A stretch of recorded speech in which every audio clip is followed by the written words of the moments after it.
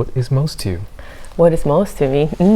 Well, Moos, beautiful space on the edge of Treptower Park, and some sort of microverse of a couple of buildings and spaces for people to live in and work and hang out and organize workshops, and amazing sauna. Actually, the first thing that brought me to Moos a couple of years ago was the sauna.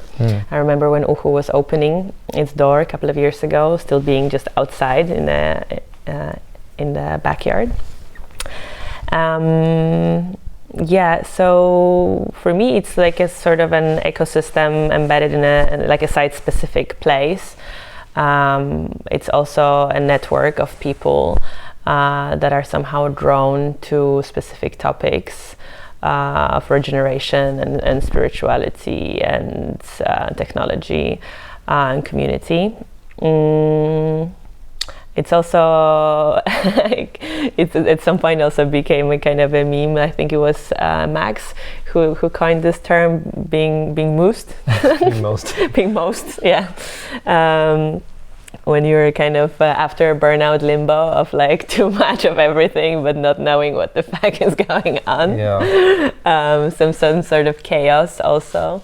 Right. And yeah, mix of different interests, different like kind of schools or subgroups that somehow meet and cook together. Yeah. Wow, what kind of things were you working on there, or project-wise, or like what was your intention for being there? Yeah, well, when I arrived at Moos, it was January. I came straight from the hospital with the broken leg. And my intention coming in there, and like a kind of idea that I had from the beginning, was that we're going to create this new residency paradigm, because Moos existed before, but the art residency concept in the new building was new. So I came as a community builder and a curator and networker and a person who has like hosting skills to help to build this residency.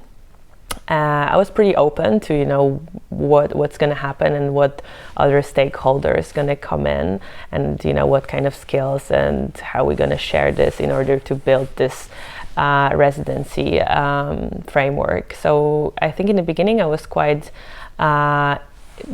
moving from different tasks of like planning the potential fundraising to decision-making structures, to how to connect it with circles, which is the crypto UBI, to the storytelling part of like how do we tell about this place and what's the narrative. It was a lot at once, actually. There was not the only person doing it, but I think there was just a lot of things that were floating into the space that needed to be done in order to set the foundation of this residency. That didn't feel intimidating for you to be leading this kind of initiative? No, also because I wasn't necessarily feeling like I'm leading, and also I've done it before, so I kind of knew already coming in there what are the things that I can offer, like where are my skills. It felt more frustrating actually at times, because I felt like myself plus other people that I met, we had so much of a common potential of skills and ideas and motivation that was kind of being often wasted through different unclarities and miscommunication, and no division of roles and no common sense of an agenda. Even though I think originally we did have a common sense of an agenda because we all arrived to do a residency. I think one of the first problems that I can look back at was the fact that some people arrived thinking that we're building a residency, and some people arrived thinking that we're coming into the residency. And that's already a tremendous difference, which I think was some sort of communication mistake. So this created some sort of fractions already from the beginning. Also in terms of expectations, But personally, for me, it was very interesting. However, mostly frustrating because it wasn't my first rodeo. I've built residencies before. I kind of had an idea how things could go. I also knew that there's a bunch of other experienced people that know what they're doing, and somehow we kept failing. So it was tough actually, but also beautiful in terms of people that I met there, and a beautiful space that it is. So what's something that you've taken from your experiences there? I think a bunch of like reminders about how to run a community space, how not to run a community space. All sorts of things about clear communication and structure. Nothing necessarily new, but just like a mega reminder of like how things can go wrong.